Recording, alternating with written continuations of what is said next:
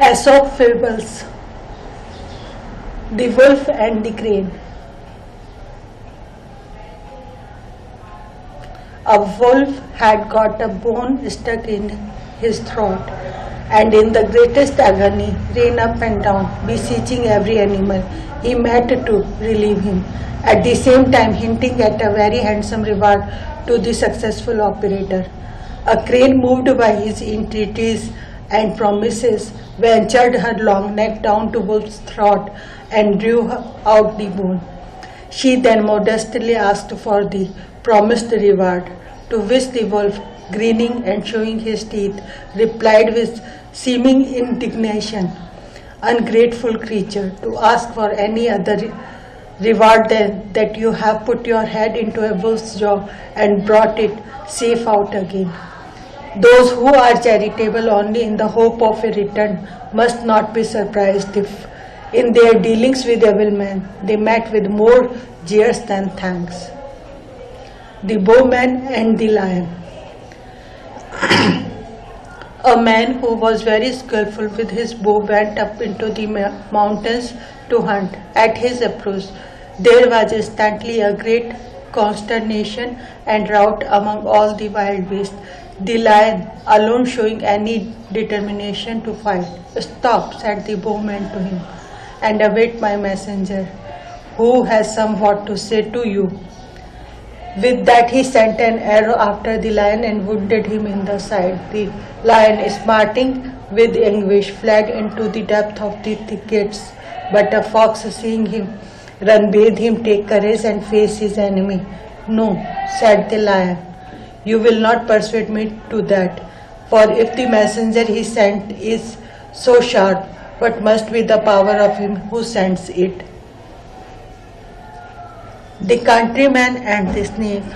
A countryman, returning home one winter's day, found a snake by the side, half dead with cold. Taking compassion on the creature, he laid it in his bosom and brought it home to his fireside to revive it. No sooner had the warmth restored it than it began to attack the children of the cottage.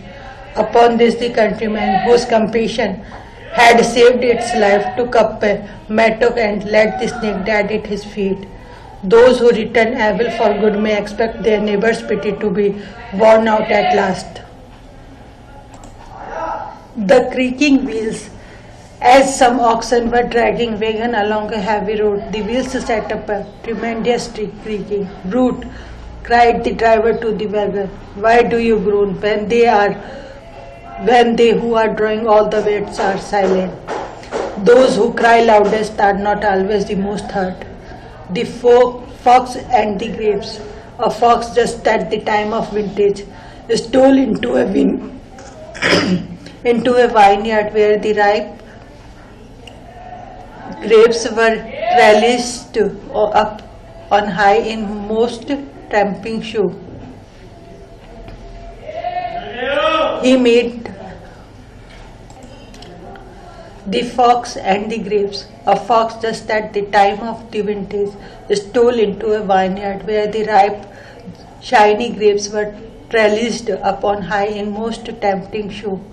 He made many a spring and a jump after the luscious prize, but failing in all his attempts, he muttered as he retreated, "Well, what does it matter? The grapes are sour." The Kid and the Wolf. A kid being mounted on the roof of lofty house and seeing a wolf pass below, began to revile him. The wolf merely stopped to reply, "Coward, it is not you who revile me, but the place on which you are standing." The Wolf and the Lamb. As a wolf was lapping at the head of a running brook, he spied a stray lamb paddling at some distance down the stream. Having made up his mind to seize her, he bethought himself how he might justify his violence. "Villain," said he, running to her, "how dare you muddle the water that I am drinking?" "Indeed," said the lamb humbly, "I do not see how I can disturb the water, since it runs from you to me, not from me to you." "Be that as it may, replied the wolf. It was but a year ago that you called me many ill names. Oh, sir, said the lamb, trembling.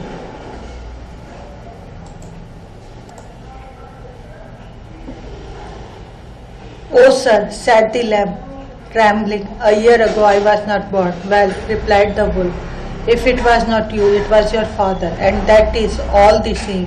But it is no use trying to argue me out of my supper. And without another word, he fell upon the poor helpless lamb and tore her to pieces. A tyrant never wants a flea, and they have little chance of resisting the injustice of the powerful, whose only weapons are innocence and reason. The dog, the cook, and the fox. A dog and a cook. The dog and a cock, having struck up an acquaintances, went out on their travels together. Nightfall found them in a forest, so the cock, lying upon a tree, perched among the branches, while the dog dozed below at the foot. As the night passed away and day dawned, the cock, according to his custom, set up a shrill crowing. A fox, hearing him and thinking to make a meal of him, came and stood under the tree, and thus addressed him. Thou art a good little bird, and most useful to thy fellow creatures. Come down then, that we may sing our matins and rejoice together. The cock replied, Go, my good friend, to the foot of the tree, and call the sacristan to toll the bell. But as the fox went to call him, the dog jumped out in a moment and seized the fox and made an end of him. They who lay traps for others are often caught by their own bait. The fox and the lion. A fox who had never seen a lion, when by chance he met him for the first time, was so terrified that he almost died of fright. When he met him the second time, he was still afraid, but managed to disguise his fear. When he saw him the third time, he was so much emboldened that he went up to him and asked him how he did.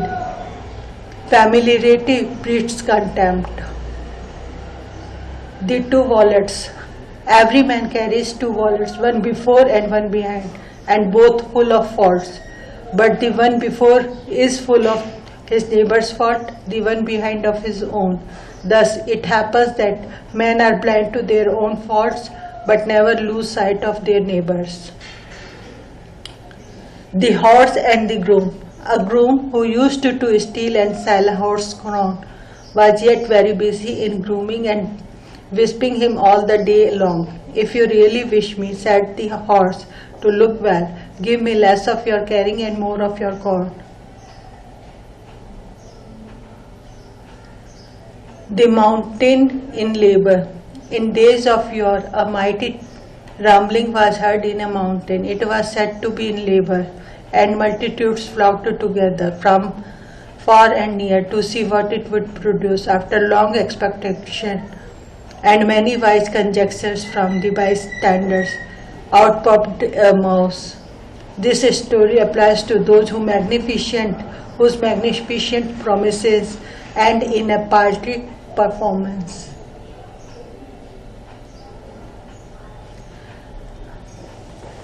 The bear and the fox. A bear used to boast of his excessive love for man, saying that he never worried or mauled him when dead. The fox observed with a smile, I should have thought more of your profession if you never ate him alive. Better save a man from dying than sell him when dead. The mouse and the frog. A mouse is an everyday made acquaintances with the frog, and they set off on their travel together. The frog, on pretense of great affection and of keeping his companion out of harm's way, tied the mouse 4 feet to his own hind leg and thus proceeded for some distance by land. Presently they came to some water, and the frog, behind, bidding the mouse have good courage, began to swim across. They had scarcely, however, arrived midway when the frog took a sudden plunge to the bottom, dragging the unfortunate mouse after him. But the struggling and floundering of the mouse made so great commotion in the water that it attracted the attention of a kite, who, pouncing down and bearing off the mouse, carried away the frog at the same time in his train. Inconsiderate and ill-matched alliances generally end in ruin, and the man who compasses the destruction of his neighbor is often caught in his own snare. The fisherman piping, a man who cared more for his nets than his nets, seeing some fish in the sea, began playing on his pipe, thinking that they would jump out on shore. But finding himself disappointed, he took a casting net and, enclosing a great multitude of fish, drew them to land. When he saw the fish dancing and flopping about, he smiled and said, "Since you would not dance when I piped, I will have none of your dancing now." It is a great art to do the right thing at the right season. The frog and the ox. An ox, grazing in a swampy meadow, chanced to set his foot among a parcel of young frogs and crushed nearly the whole brood to death. One that escaped ran off to his mother with the dreadful news. "And oh mother," said he, "it was a beast, such a big 4-footed beast, that did it." "Big?" quoth the old frog. "How big? Was it as big?" And she puffed herself out to a great degree. "As big as this?" "Oh," said the little one, "a great deal bigger than that." "Well, was it so big?"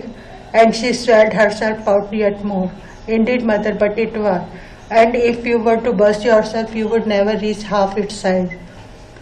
Provoked at such a disparagement of her powers, the old frog made one more trial and burst herself indeed. So men are ruined by attempting a greatness to which they have no claim.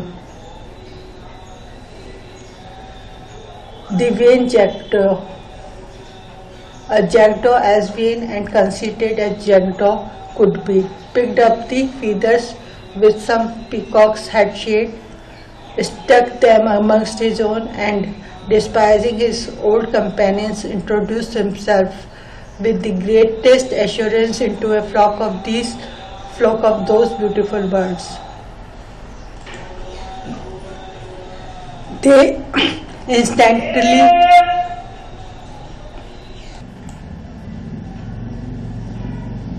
instantly detecting the intruders, stripped him of his borrowed plume, and falling upon him with their beaks, sent him about his business. The unlucky jackdaw, sorely punished and deeply sorrowing, betook himself to his former companions, and would have flocked with them again as if nothing had happened.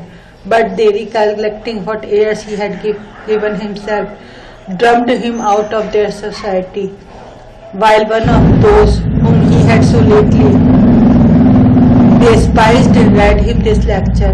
"Had you been contented with what nature made you, you would have escaped the chastisement of your betters and also the contempt of your equals."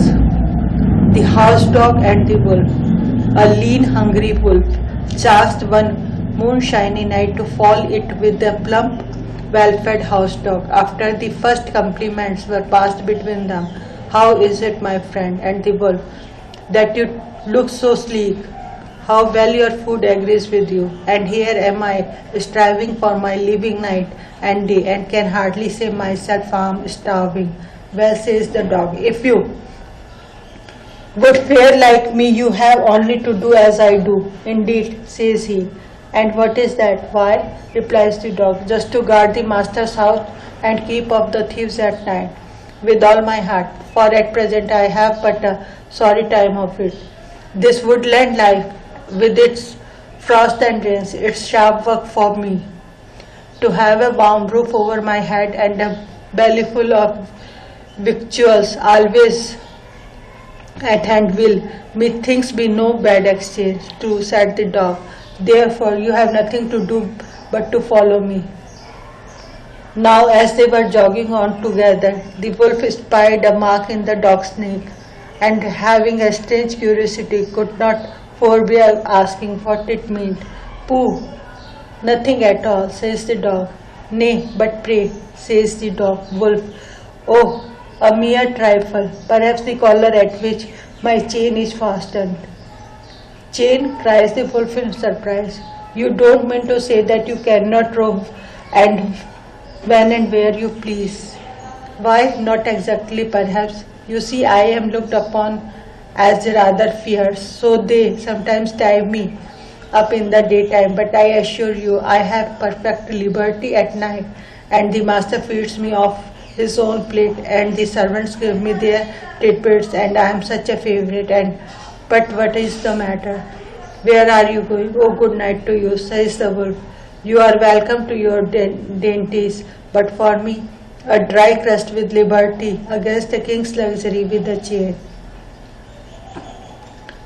The hen and the cat. A cat, hearing that a hen was laid up sick in her nest, paid her a visit of condolence, and creeping up of her said, How are you, my dear friend? What can I do for you? What are you in want of? Only tell me if there is anything in the world that I can bring you. But keep up your spirits and don't be alarmed. Thank you, said the hen. Do you be good enough to leave me, and I have no fear, but I shall soon be well. Unbidden guests are often welcomest when they are gone. The flies and the honey pot. A pot of honey having been upset in a grocer's shop, the flies came around it in swarms to eat it up. Nor would they move from the spot while there was a drop left. At length their feet became so clogged that they could not fly away, and stifled in the luscious streets they exclaimed, Miserable creatures that we are, who are for the sake of an hour's pleasure have thrown away our lives. The cock and the jewel. As a cock was scratching up the straw in a farmyard in search of food for the hen, he hit upon a jewel that by some chance had found its way there. Oh, said he, you are a very fine thing, no doubt, to those who prize you, but give me barley corn before all the pearls in the world. The cock was a sensible cock, but there are many silly people who despise what is precious only because they cannot understand it. The boy and the scorpion. A boy was hunting locusts upon a wall and had caught a great number of them. When seeing a scorpion, he mistook it for another locust and was just hollowing his hand to catch it, when the scorpion, lifting up his sting, said, I wish you had done it, for I would soon have made you drop me and the locust into the bargain.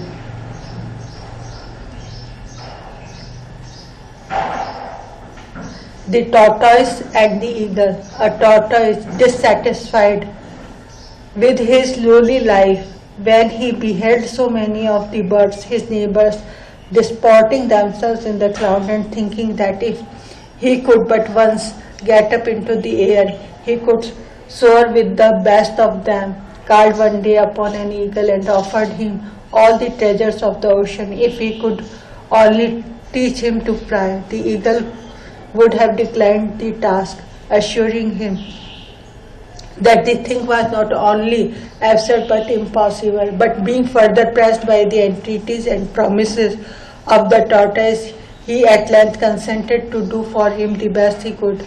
So taking him up to a great height in the air and losing his hold upon him, now then, cried the eagle. But the tortoise, before he could answer him a word, fell plump upon a rock and was dashed to pieces.